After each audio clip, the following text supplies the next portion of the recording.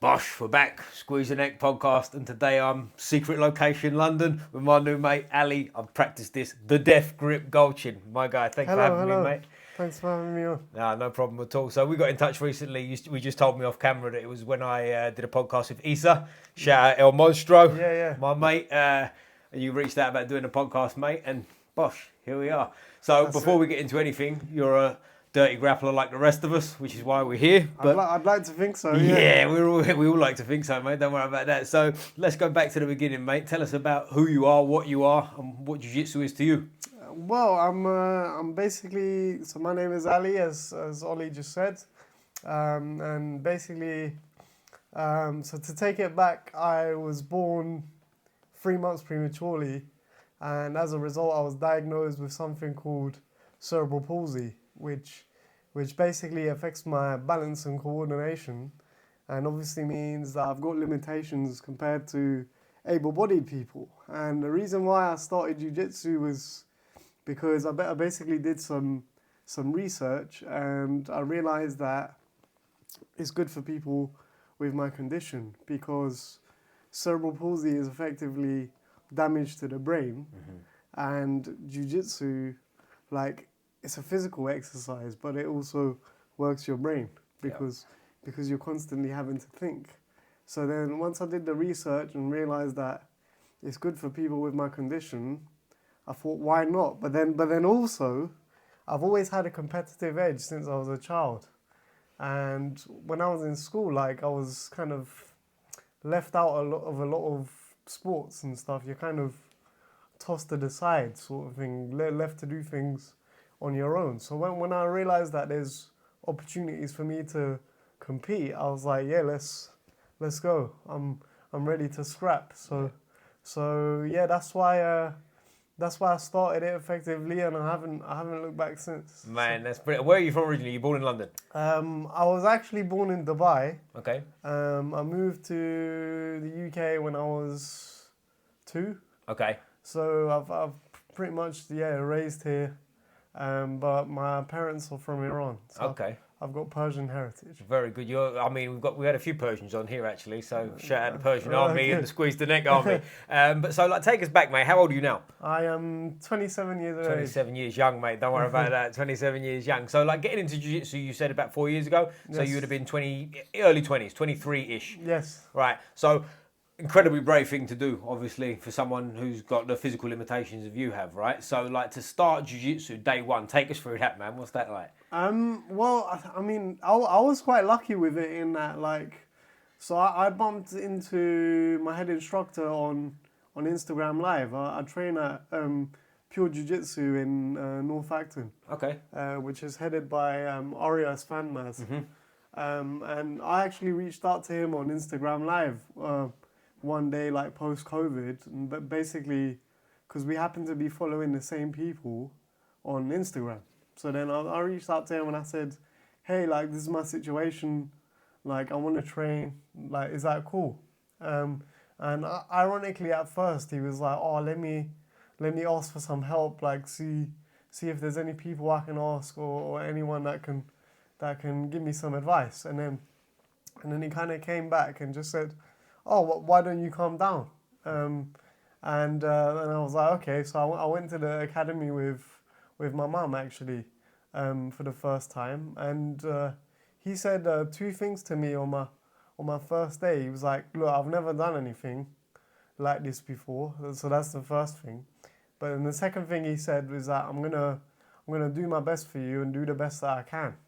And the only thing that I ask is that you give me the same as a student. And I said, yeah, I'm game. And that was it, really. Like, and we've never really looked back since. So I kind of got very lucky with it, because I know that for other disabled people, like, when it comes to sort of finding a place where they're like not hesitant, can be quite tough. But I was quite lucky. Yeah. In that sense. And you're still at the same school, is it? You've been at the same school? Yes. All the way through, and you're blue belt, I believe, as well, right? I'm a blue belt, yeah. So brilliant, man. So, like, when you go into training, or how many times a week do you train, first of all? How often do you train? So I aim to train 3 times a week. Right, jiu-jitsu. Jiu-jitsu, nice. And then I do weight sessions twice a week. As well, that's brilliant, because I've seen your Instagram. Like, for anyone, we'll plug the Instagram, but like, check out the Instagram. I've seen you doing some cool stuff. Shout me out, please. Yeah, we'll definitely shout you out. I'll get the name of it. You can shout out at the end, and we'll put all the links and descriptions below for your gym, all that kind of stuff. But like, if you wake up on a Monday morning per se, let's go through a standard week. Is it just like, I can't wait to do jiu-jitsu? Are you one of them? Well, actually, on top of my like athletic career, I'm quite an academic as well. So I've recently completed my master's in Japanese studies and intensive language at SOAS, University of London. So basically, like, I was either studying or training, one of those two. And JITS was great because my master's degree was very intense, and JITS was the thing that kind of gave me a release. Right. Okay. Like a distraction almost. From like all the pressure of studying and stuff. So it's something I always looked forward to, and on the days where like I was really tired, I would always go anyway, because I'd find that I was always energized afterwards. So yeah, I love it. I love training, and like, you know, pushing myself and seeing myself improve. Like that's what keeps me going when it comes to JITS. But then also giving back to like the younger generation in terms of like others with disabilities. I want to build my platform and kind of be that example that I didn't have growing up. So yeah, I think my most important goal is giving back to younger kids like me. That's the most important thing for me, because I know how tough it was growing up. So if I can do that for even one person, yeah, I've done my job as far as I'm concerned. Wow, that's great, man. And I mean, like, you're 27, so you'd have been born in the 90s, same as me. Not as old as you think I am. But they, like, back then things were a little bit different in terms of, like, it was, like, internet wasn't such a big thing, I guess, is the most relevant, right? Like, in terms of reaching out to other people in a similar situation, I would imagine you felt a little bit isolated at times. Yeah, no, I did, because, as you say, like, the gram wasn't as big back then, like, the internet was just starting out, so it was kind of hard to find like role models. You were sort of always like the odd one out, if you like.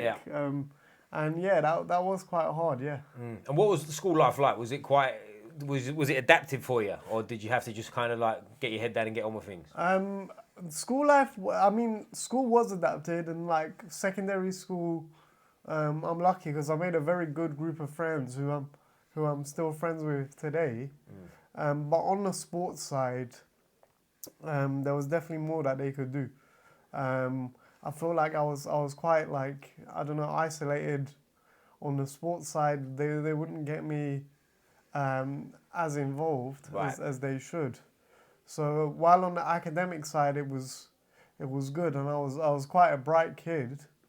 On the sports side they were definitely lacking, I would say. Yeah, I got you. And like you said before about using your brain and stuff like that in jiu-jitsu, for anyone who doesn't know, jiu-jitsu, sometimes we've all been there where you're sitting in class and like you're sweating and whatever, but you just go like, coach is showing you something and you go, what the fuck did he just say, right? So I mean, the academic side of things definitely helps. And I'm going to ask you a question I assume I know the answer to, but one day I'm assuming you want to be a black belt in jiu-jitsu, right? Yeah, man. So I would love to be like one of the handful of people with CP to have a black belt. So that's I would love that at some point in the future. So yeah. That's really cool. Do you know anyone else with CP that does jiu-jitsu? I do actually, because I in November I competed at the Abu Dhabi World Pro Para Jiu-Jitsu Championships, and when I was there I met a few guys with CP. But the thing with CP is that it's like an umbrella term for a whole spectrum of conditions. Like CP affects everyone differently. So the guys that I met, like, so I have what you call a quadriplegia, which basically means that all four of my limbs are affected. Okay. Whereas the guys that I met, like, they have what's called hemiplegia. So if you split the body down the middle, like one straight line in half, and one half is affected, one half isn't. I see. So, okay, so almost like what a stroke victim might have, where one side's taken, one side's... Yeah, okay. Very similar, yeah. So yeah. That's how it works. And with the competition side of things, like we all know, for anyone who's competed in any kind of sport in general, really, but especially combat, it's not an easy thing at the best of times. No. You're sitting there, you're nervous. Have you had times, I'm assuming, like all of us, that just sit there and go, the fuck am I doing, bro? Why am I here? Well, let me tell you a story, right? So my very first comp was the Reorg Open. Shout out to Reorg, because they're very good at giving us a platform to compete over here in the UK. But that was my very first comp in 2022. And I was a 3-stripe white belt at the time. And I basically fought a purple belt. Okay. As a 3-stripe white belt. And I remember, and this guy, Justin, he's now like a big brother to me. So I think that's the beautiful thing about the sport, is that, yeah, you fight each other, but then you obviously gain something much more valuable. But anyway, like as I went to get on the mats, the ref kind of looked at me, like looked at Justin, and looked at me as if to say, like, what the hell are you doing here, bro? And I said, I just looked at him like, brother, there's no one else to fight. Like, what am I gonna do? Like, and I'm not one to pull out. Like, I'm.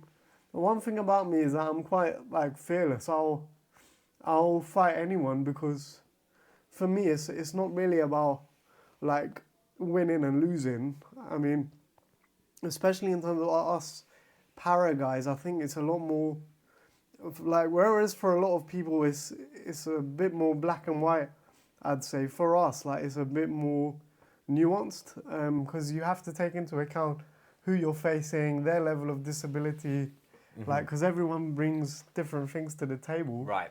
So for me, for example, if I'm facing somebody more mobile, I'll be like, okay, can I frustrate them longer? Can I not submit in the match? Can I make it tough? Like, because realistically, like, if somebody has certain advantages over me, like, they are going to win.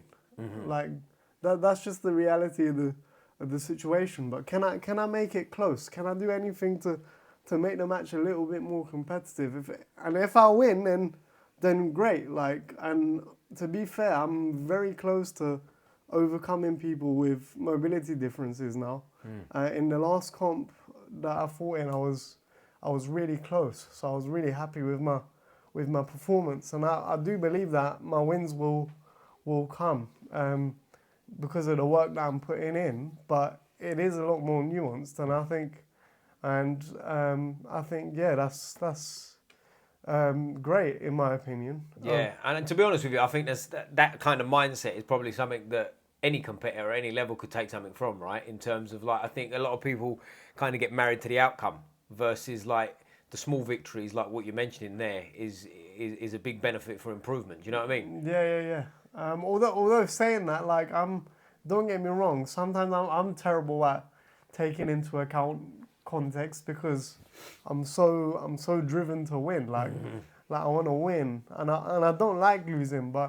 But in para jiu-jitsu, like, you have to, basically, there's no other choice. But I need to get better at it myself. But the thing is, it's also my drive and desire to improve that pushes me to do so. Right. So it's sort of a double-edged sword kind of thing, where, like, straight after a loss, for like the next 2 days, I'm normally very, very down, and then after a bit of reflection, I'm like, wait, hang on, it wasn't as bad as I thought. Let's get up and go again. Yeah. So I hear that. And when you said para jiu-jitsu, is this an organisation, is it, or is this just a blanket term? Well, it's just a blanket term, but basically, I am part of the UK para jiu-jitsu team. I think at the moment there's like more than 20 of us. Right. Okay. So it's building. It's a big deal. It's building. Yeah. and the team, like we've all got different disabilities, from cerebral palsy to spinal cord injuries. There's like blind people in the team. There's like amputees. I don't know if you know like Mark Ormrod. Yes, I do. I've actually spoke to him about getting onto this podcast. We haven't set a date or anything yet, but yeah, purple belt, I believe, right? Yeah, he's my mate. Shout out to Mark, man. Shout out Mark. Hopefully we get you on in, mate. He's a G. But yeah, he's in the team. Like, so. Brilliant. Yeah, we've got a whole range of athletes with different disabilities. So it's really cool to be a part of that. To be fair, it's awesome, and it's only growing. So I was just going to say, before you said it's growing, where it's growing, I would imagine if we was to sit down here again in 5-10 years' time, we're having a completely different conversation about it, right? And it'll be like one of them things that you won't have to talk about because everyone's going to know what it is anyway. Do you know what I mean? Yeah. So maybe I'll be on Polaris in the future. You never know. That'd be great. That'd be awesome. Yeah. Let's see what happens. Yeah, but from like where jiu-jitsu is now, like obviously you've been sort of 4 years. In that 4 years it would have grown. I've been doing jiu-jitsu about 10 years, and the difference in jiu-jitsu now compared to when I started, of like, when I started, for example, I'd go to someone and I'd say, oh, I started doing jiu-jitsu. They'd look at you like, what's that? Do you know what I mean? It was not obviously it was known, people with black belts on the mat and stuff, but in terms of like your everyday man that wasn't into combat sports, it would be like, well, what does that mean? What are you talking about? Whereas like now, I feel like if you went out there now and said to anyone about jiu-jitsu, the vast majority is going to know what you're talking about. People are probably like, oh, do you do karate? It's like, there you go, exactly. It was a bit like kung fu, and they start doing all this stuff to you, and it's like, all right, man, chill out, But like with you in 4 years, what's the difference been in terms of not just jiu-jitsu, but obviously like para jiu-jitsu, and like with the background you've come from to starting jiu-jitsu, which, as I said to before, is brave for anyone to start jiu-jitsu anyway, but let alone when you're sort of physically limited and you're going into a gym where they might not have seen that before. Like in them 4 years, what's the difference been? I think mainly that like para jiu-jitsu is really growing in terms of like there's more and more like international competitions now. Like I think the Kimura Cup, they're doing like a para jiu-jitsu division in like Alicante or something in May. So right, okay. So it's just nice to see that like para jiu-jitsu is becoming more and more recognized. We're getting more and more of a platform to compete, because like I know some para jits guys that just do able-bodied comps. Really? Wow. Because like there's not enough para fighters out there, so they're just like, yeah, why not? So it's pretty awesome to see that it's growing. I mean, I also want to do an able-bodied comp at some point, and I know that I'll probably get smashed, but that's not the point of it for me. Like it's just about the bigger picture, showing up, turning up, and if I can give someone like a bit of a tough time, that's a win. So yeah, man, that's amazing. Yeah, and what weight do you compete at? Well, it's weird because in terms of the para jits classes, like we don't have to be a certain weight. Is that right? Okay, so it works out differently. So basically, but right now I weigh around like 64 kg. So and how does it work in para jiu-jitsu? Is it where not so much weight divisions at all? It's just more sort of so in an ideal world, you're meant to do it on like basically disability and belt. Right. Okay. But the difference in para jiu-jitsu is that disability in terms of function should come first. Okay. Rather than belts, and that's one thing we need to get better at, in my opinion, because a lot of para jits competitions just mash us together, depending on our belt. Right. But obviously, it doesn't quite work that way, because if I go up against somebody who's a white belt, for example, but their CP or whatever condition that they have is more mild. So if I fight like a single leg amputee, for example, they're going to have an advantage regardless of the fact that I'm a blue belt. Right. Whereas if I face a black belt with a more severe disability than me, like I'm going to have an advantage. Yeah, so, right. I got you. So it's got to be more geared towards functional classification. I got you. And like you said, your first competition, you matched up against a purple belt, right? So like Yeah, that all goes out the winning. Yeah. So it's a what's the word I'm looking for? It's like a grey area, isn't it? In terms of but just across the board anyway. So for example, like I was at a competition once as a blue belt in a gi. And anyone who's watching is probably giggling because I don't wear the gi much, but whatever. But I was there, and I've said this before, I think on here. But there was a guy there who was a blue belt, and he'd probably been training a long time by his warm up and whatever else he was doing. But he was 40 on his age. It was 40, and this is an adult division, right? He was 40, and I'm not being unkind, but he looked like he was about 50, right? And and he got in there with an 18-year-old who's, I mean, if I'm exaggerating, I'm not exaggerating much, but he suplexed him about 5 times on his head and submitted him early. And when you just go, probably shouldn't have been in this division. Do you know what I mean? Even though you're a blue belt, maybe getting Masters 2 or 3 or whatever you're supposed to be in. But, that's a story for another day. Yeah. But like with competitions and stuff for you personally, do you like to compete regularly? Are you one of them? Yeah. I'm basically like any opportunity there is to compete, like, and everyone knows this about me. I'm one of the first to sign up. Like, let's go. I'm always. I just people always ask me, "Oh, do you like gi or no gi?" And my response is, I just like to scrap. So good on whatever, like gi, no gi, that doesn't matter to me. Let's get on the mats and put on a show and see what we can do. There you go. You heard it here, kids. If you want it, my boy Ali will take you. How about that? But are you a fan of martial arts in general, or are you just a jiu-jitsu guy? No, I actually did Wing Chun for 7 years. 7. Okay, so seriously into it. Wow. From I'd say about 2012 to like 2019. So I did that. Really enjoyed that actually. I know Wing Chun in a lot of circles gets a lot of stick, but it's pretty cool to do. And obviously I love Bruce Lee, and Wing Chun was the first martial art that he learned. So what I wanted to be like Bruce Lee.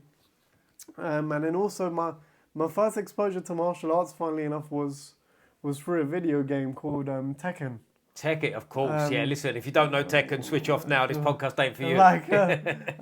So I actually used to play that with my pops when I was young, and we still play now actually from time to time. That's cool. What console was this on? PS5. PS5. Okay. Back in the day, it was something different, right? Yeah, back in the day, it was on the PlayStation 2. Yeah, I got you. I'm older than that, mate. I remember the PlayStation 1 when it was on that. So shout out to all the old boys.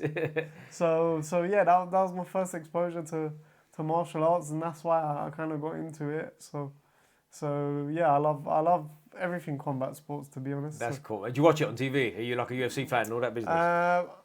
Boxing, like, I'd say I'm more of a boxing fan in terms of like watching. I don't know much about like the UFC, but I know like the big names, like your John Joneses and Tom Aspinall, like Israel Adesanya, those type of guys. But in terms of like following the sport, I'd say I'm more of a boxing fan. I got you, yeah. Because to be fair, like in Britain now, which is where we are, obviously, boxing's on the up and I mean, I say now, it has been for years now, but like like the heavyweight division especially, there's a lot going on. I saw today as we're filming this, Tyson Fury, shock of shocks, is coming back. And they're talking about a big showdown with him and Joshua at Wembley and stuff like that. But I'm assuming from what you've just said, you watch the boxing matches. Yeah, no, I love the boxing. And well, I mean, this isn't really a combat sport, but I'm a big WWE fan as well. Oh yeah, old school. Yeah, I was back in the day as well. But like, I'm aged out of that one. I mean, my last memories of it would have been like Stone Cold versus The Rock. Yeah, I was at Monday Night Raw last night. Oh, was you? Okay. Yeah. Did I see that in your story? Actually, I think I've seen that in your story. Yeah. Was that you? Yeah. How was that? No, I love going to WWE. It's great. Like, the atmosphere is always nuts. So. That's cool. I went to one actually back in the day, years and years ago, when I would have been about 10 or 11 when it was over here. I think it was either Earls Court or Olympia. Maybe someone can help me out which one it would have been. Insurrection, I think it was called. And I was, as I say, 10. I'm 34 now, so we're talking way back in the day. Yeah. But good times. But like going forward with the boxing, the big one that's coming up, which is of massive interest to everyone, and this will probably come out just before the fight happens, actually, which is Conor Benn and Chris Eubank. Have you got much of an eye on that one? Yeah. Well, I actually, I like the way, since Eubank has separated from his dad, like. Oh, you like that? I like the way that he's so like nonchalant and and calm, whereas you can see that like Conor Ben's getting really worked up, and I find the dynamic quite funny, to be honest. But yeah, I like the way that Eubank's acting. I find it hilarious because he's clearly getting under Ben's skin, but we'll see what happens. What do you think about the egg slap? Oh god, that was brilliant. Although that was more something out of WWE. Yeah, it was. Yeah. He's but I'll tell you what. Who have you got a favourite in terms of who you think is going to win that fight? I don't know. It's tough to call, but It is tough. Tough. I kind of hope Eubank wins purely because of his attitude, like the way he's approached it. I think Conor Ben comes across as a bit of an idiot who gets worked up quite easily. Yeah, I think the age is showing there between the two of them. And I don't necessarily mean age in terms of years, just that. That's a part of it. But I think like in terms of experience on the big stage, I think like Eubank almost seems like he's not done with his career, but like, do you know where I'm coming from in terms of like he's happy, he's content, he's made it, and he's going in there as like I'm a grown man. Whereas Conor Ben's still got a bit of a chip on his shoulder. Obviously, there's a controversy of like he's failed tests. He's saying he didn't take nothing. Eubank's winding him up about it. That whole thing comes into play. But there's a lot of moving parts. What do you think about him with the drug tested things? Did he get unlucky or is he just a dirty cheat? I don't know, man. I think when it comes to PEDs, I think because hasn't he been found on like multiple occasions now? Because I think it was two. I'm not sure exactly what the science behind it is, and someone might be able to help us in the comments. But it was 2 tests. But I think they might have been the same test, an A and a B sample. Right, I'm not 100%. Again, someone can help us out. But there was 2 failed tests, from what I understand. I think if you failed twice, then it's tricky, isn't it? Yeah, it's tricky.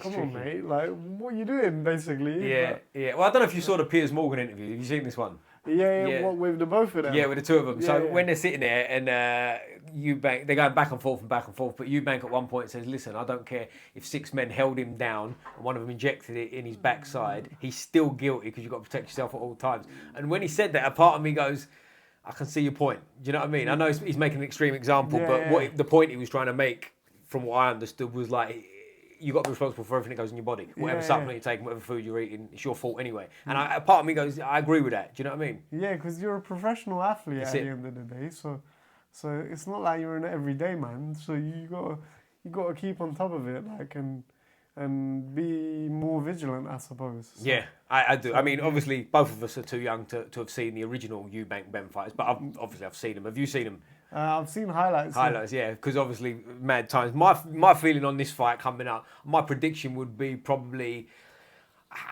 all things going well, all things as they should be, as in both fighters healthy and at their best. I think Eubank wins, fairly comfortable. Yeah. However, he got beat by Liam Smith, the weight issue, all the kind of stuff going on. It makes it more interesting to me. Do you know what I mean?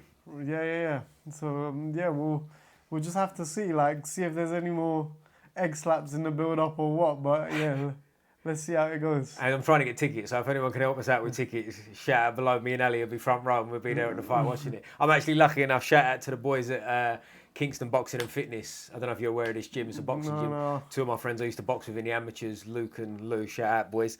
They there's a I guess we'd call it a seminar in Jiu Jitsu. I don't know, boxing wise might call it something different, but a couple of hour event with Nigel Benn at the weekend, which I'll be at hopefully. So maybe we'll get some questions about eggs at the day. So shout out Big Nigel, and we'll see what goes on from there. Like in terms of going forward now, you said you're not much of a UFC fan, but do you get into like grappling events like the ADCCs and all that business?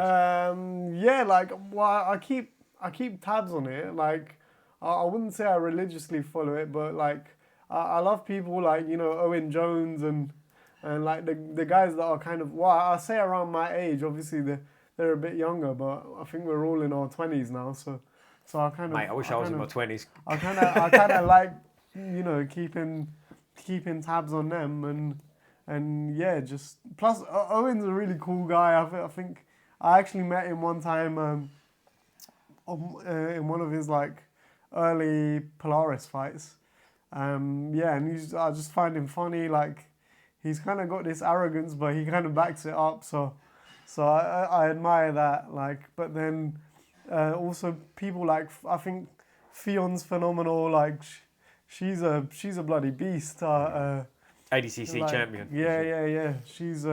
She's unreal. Like, so, who else? Like Fabrizio Andre, I like him partly because I like anime as well, and Oh, right, you're one of them. he calls himself Hokage, so which is a reference to Naruto. So what does that mean? I'm so out of the loop on the anime. What does that mean? Basically, like, so in Naruto, there's so they're in a village, and like the top position, or the kind of head of the village is called Hokage. He's Sorry, Naruto, or what was it? Naruto? Did I say that right? Naruto, yeah. Naruto, yeah. is that the village? That's not a person. No, that's what the anime is called. Right. Okay, I got you. Yeah.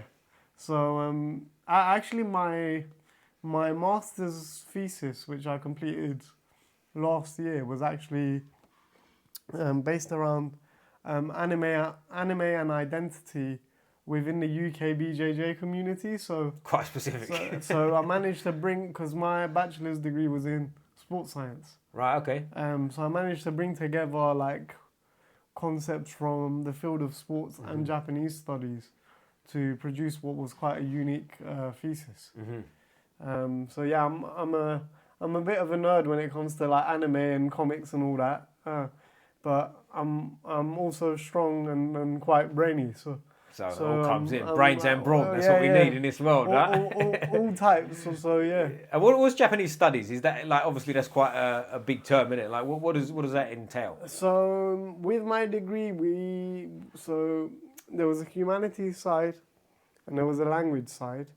So in the humanities side, we did everything from Japanese literature, like art, even myths and legends, which was really cool. So like looking at folklore stuff, linguistics, and then on the language side, obviously learning the Japanese language. I actually went to Japan for 2 months as part of my MA.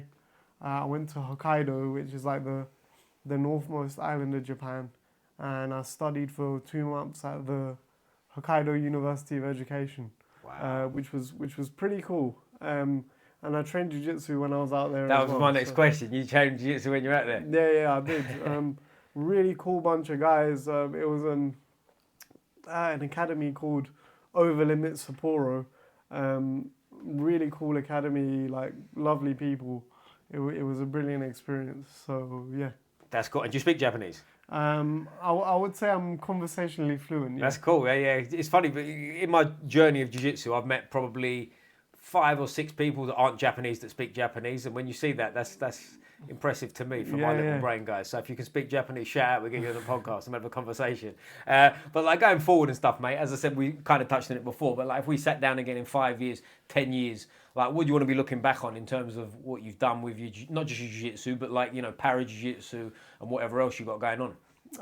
Well, I always tell people this. Like I just want to leave a lasting impact on the game, like in my own way. I don't quite know what that is yet. Maybe I'm already leaving it.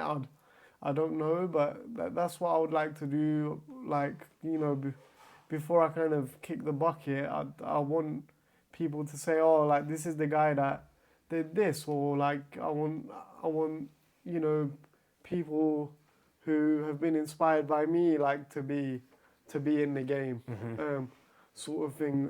I mean, aside from all the personal achievements, like more comps and all of that, that's the most important thing for me. If I can pave the way for others, then like yeah, I've done my job basically. So yeah, that's what I want. That's the most important thing. That's brilliant, man. Do you teach as well?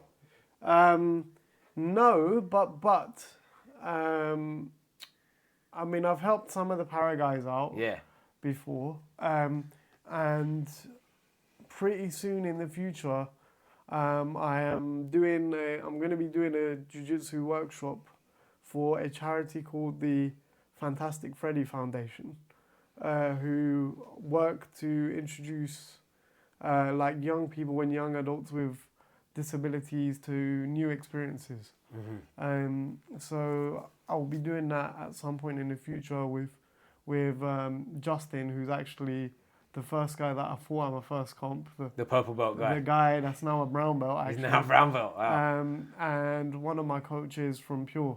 Okay. So we're going to be doing that at some point in the not too distant future. So it looks like I will be doing some teaching soon. That's cool, man. And I'm assuming from what you're saying here and the way you're speaking is that like you want jiu-jitsu to be a part of your life for the rest of it. Yeah. I would like to continue doing it for as long as I can. So That's cool. And are you like with jiu-jitsu? Obviously, it helps a lot of people in different ways. And like Reorg Charity, which if you don't know, is a lot of people they do sort of 24-hour roles to raise money and things like that. From what I understand, all that kind of business. They're quite big in the space. But like going forward with jiu-jitsu, is this just a jiu-jitsu thing, or is this like do you sort of branch out into other martial arts and start pushing this to sort of the judo community or whatever else?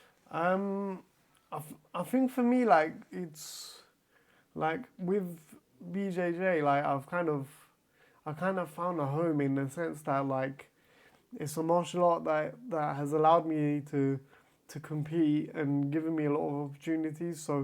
So because I've already like kind of started paving a pathway, I'd rather just focus on that one so I can kind of make a real impact rather than like sort of spreading myself too thin. Yeah, I can see it. And I tell you one of the reasons I asked that a little bit is with jiu-jitsu, it's kind of the kind of martial art that not everyone per se, but a lot of people, whatever their limitations are, can kind of get involved with, right? Whereas like I did a podcast with a guy called Zaid. I don't know if you're Base 9 Yard. Shout out as Big Zaid, great guy. But he's a black belt in jiu-jitsu who's blind. Right. And we was having a chat on the podcast and stuff about like how he's a fan of different things and blah blah blah. But it would obviously be very difficult, nigh on impossible for him to do boxing. Because it's different, but with the feeling of jiu-jitsu and whatever. And I think that goes across. If you was, for example, Mark, what's his name? Purple belt guy? Ormerod, right? So it'd be difficult for him to do, say, judo, right? Because of the limitations of his limbs. But whereas on the ground, jiu-jitsu's kind of, not one size fits all, but you can kind of see the angle I'm coming from, right? Everyone can get involved. So like, that's the beautiful thing about jiu-jitsu is that, like, obviously there are some disabilities that wouldn't be able to take part. That's just the reality of the situation. But, like, I'm talking, like, the extremely severe cases, the people that like don't have sort of any motor control, paralyzed from the neck down or something, right? Can't really move at all, right? But for the most part, like you can adapt your game to work for you, and I think that's the most brilliant thing. About the sport. There you go, jiu-jitsu for everyone, guys. That's it. There you go. Mate, listen, this has been really good. I really appreciate you doing this, mate. Thanks for having me. We'll post anything you want us posted, mate. We'll stay in touch for sure. We'll definitely get a roll in at some point. Of course. And as any charities or anything coming up, mate, let me know. We'll post some stuff. I'd like to be a part of it, help you any way I can. So sweet, thanks that'd be good. Before we finish up, mate, I know you've seen some of these episodes, so you probably know the question I'm going to ask you next. And there's something over there that I think's upsetting me. We'll see in a sec. Which football team do you support? I support Man United. Wow, boy. Unfortunately. Why? Expand. We're in London. Why Man United? Well, but basically because when I was a young kid, like I knew nothing about football when I was a kid. I'm going to be honest. And basically when I first started getting into it, my best friend at the time supported United.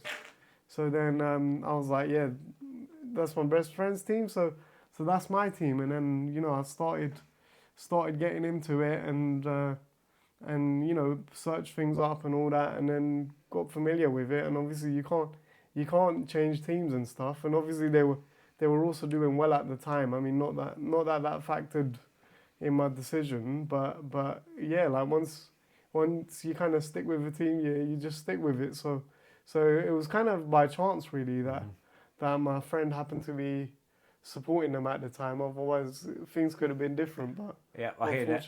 Wrong team to say, but I'll give you that you're supposed to support the same team forever, mate. That was brilliant. So thank you, as I say, mate. We'll stay in touch and all that stuff. I always finish with the fists up like this, mate. Squeeze the neck, boom.